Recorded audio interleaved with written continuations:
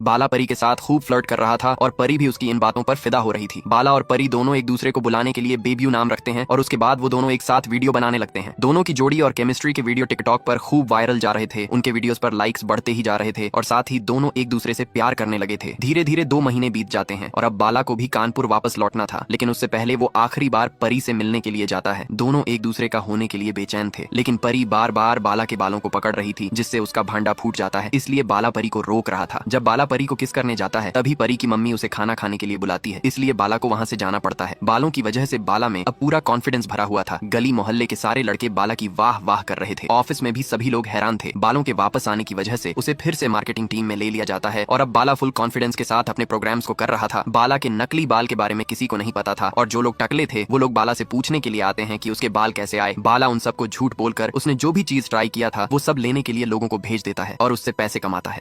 नकली बालों की वजह से बाला की लाइफ में सब कुछ अच्छा चल रहा था और जो लड़की वाले लतिका की इंस्टाग्राम और उसे असलियत में देखकर हैरान हो गए थे, उनका लड़का वापस से लतिका से बात करने लगता है। दोनों की लाइफ धीरे धीरे पटरी पर उतर रही थी। एक दिन परी बाला से मिलने के लिए लखनऊ से आती है और फिर से वही होता है। आग दोनों तरफ लगी थी, लेकिन बाला का भांडा फूट ना जाए इसलिए वो दूर भागता है, जिससे परी का मूड खराब हो जाता है। बाला उसे अपने बालों की सच्चाई बताना चाहता था, इसलिए वो कहता है कि अगर कभी तुम्हें पता चले मुझ में खोट हो तो तुम क्या करोगी। परी कहती है नहीं, तुम्हें कोई खोट नहीं है। तभी वो एक टिकटॉक वाली लड़की के हस्बैंड की फोटो दिखाती है और कहती है ये देखो, खोट तो इसमें है। बाला भी टकला था, इसलिए वो कहता है ठीक तो दिख रहा है बेचारा। परी कहती है छी, कैसा दिख रहा है। परी बाला से शादी करना चाहती थी और वो कहती है कि हमारी फोटो शादी में अच्छी आनी चाहिए। मैं हर चीज में कंप्रोमाइज कर सकती हूँ, लेकिन हेयर स्टाइल अच्छी होनी चाहिए। परी बाला को कैप्टन अमेरिका वाली हेयर स्टाइल करवाने के लिए कहती है। अब उसे कौन बताए कि बाला तो टकला है। अब बाला इस वजह से भाई सदमे में चला जाता है। अगले दिन बाला के घर वाले रास्ता लेकर परी के घर पर जाते हैं। बाला कोशिश बहुत करता है कि वो अपने बालों की सच्चाई को परी को बता दे, लेकिन परी को लग रहा था कि बाला इसीलिए परेशान है कि उसकी फैमिली थोड़ा उनके बाला और परी की शादी तय हो जाती है, लेकिन वो अपने बालों की सच्चाई परी को नहीं बता पाता। बाला के पिताजी कहते हैं देखो, तुम्हें शादी करना है तो करो, लेकिन उसे सच्चाई बता देना। बाला जब अपने दोस्तों से इस बारे में बात करता है तो वो लोग कहते हैं कि तुम अपने टकले के बारे में उसे मत बताओ और एक बार जब शादी हो जाएगी तो उसके पास कोई ऑप्शन ही नहीं रहेगा। लेकिन बाला कहता है नहीं, हम परी से इतना बड़ा झूठ नहीं बोल सकते। और बाला अपनी बालों की सच्चाई परी को बताने के लिए एक मैसेज लिखता है और कहता है कि अगर तुमने मुझे माफ कर दिया हो तो मुझे कॉल कर देना, और नहीं किया तो मैं समझ जाऊंगा कि ये रिश्ता खत्म। बाला का दोस्त उसे ये मैसेज सेंड करने से बहुत रोकता है, लेकिन बाला वो मैसेज सेंड कर देता है। बाला बहुत घबराया हुआ था कि क्या होगा। उसका दोस्त कहता है क्या जरूरत थी ये सब करने की, तुमने सब कुछ बर्बाद कर दिया। और तभी कुछ देर बाद परी का कॉल आ जाता है और वो कहती है तुम जैसे भी हो हमें पसंद हो। बाला को यकीन नहीं हो रहा था कि परी इतनी आसानी से मान गई। बाला बहुत खुश था, सब कुछ अच्छा हो रहा था। बारात में सभी लोग नाच गा रहे थे, बाला भी बहुत खुश था। परी और बाला दोनों की खुशी का ठिकाना नहीं था, सब बढ़िया जा रहा है। तभी बाबू प्रेस वाला आता है और बाला को कहता है बाला भैया, आपने मुझे क्या भेजा है। तब बाला को पता चलता है कि उसने परी के बजाय बाबू प्रेस वाले को मैसेज भेज दिया है और ये देखकर उसे सदमा। बाला को पता चलता है कि उसने परी की जगह बाबू प्रेस वाले को मैसेज भेज दिया था। ये देखकर बाला पूरी तरह से शोक हो चुका था। बारात में बाला के अलावा सब नाच गा रहे थे, लेकिन बाला की शकल से मुस्कुराहट गायब हो गई थी। उधर लतिका उस लड़के से मिलने के लिए जाती है। उस दिन जो उस लड़के की माँ ने लतिका के रंग को लेकर जो कुछ कहा था उसके लिए वो माफी मांगता है और बताता है कि उस दिन जैसे आपके इंस्टा की फोटो देखने के बाद उसकी माँ ने रिएक्ट किया, उनकी जगह अगर आप भी होते तो ऐसे ही रिएक्ट करते। प्रतीका तो सोशल मीडिया पर थी नहीं, तो वो पूछती है ऐसा कैसे। तब वो लड़का उसकी इंस्टा प्रोफाइल दिखाता है और ये देखकर वो भी शॉक हो जाती है। अब इधर बाला की शादी हो चुकी थी, लेकिन उसके मन में अभी भी डर चल रहा था कि अगर अब परी को सच्चाई पता चली तो वो क्या करेगी। लेकिन परी सो गई थी। बाला परी को सुहागरात के लिए भी नहीं जागता और सो जाता है। अगली सुबह लतिका गुस्से में बाला के घर आती है और उसे जोरों से चिल्लाने लगती है। बाला उसे कहता है ये तुम्हारी मौसी ने हमसे करवाया था, लेकिन लतिका कहती है तुम दूध पीते बच्चे तो नहीं हो जिसे कहा उसने कर दिया। बाला कहता है उसने जो किया तुम्हारी भलाई के लिए किया, लेकिन लतिका उसे कहती है हमें अपने काले रंग से कोई समस्या नहीं है, तुम्हें अपने गंजेपन से दिक्कत है। लतिका बार बार बाला के गंजेपन की बात कर रही थी। बाला काफी कोशिश करता है कि वो शांत हो जाए और गंजा गंजा बोलना बंद कर दे, लेकिन लतिका नहीं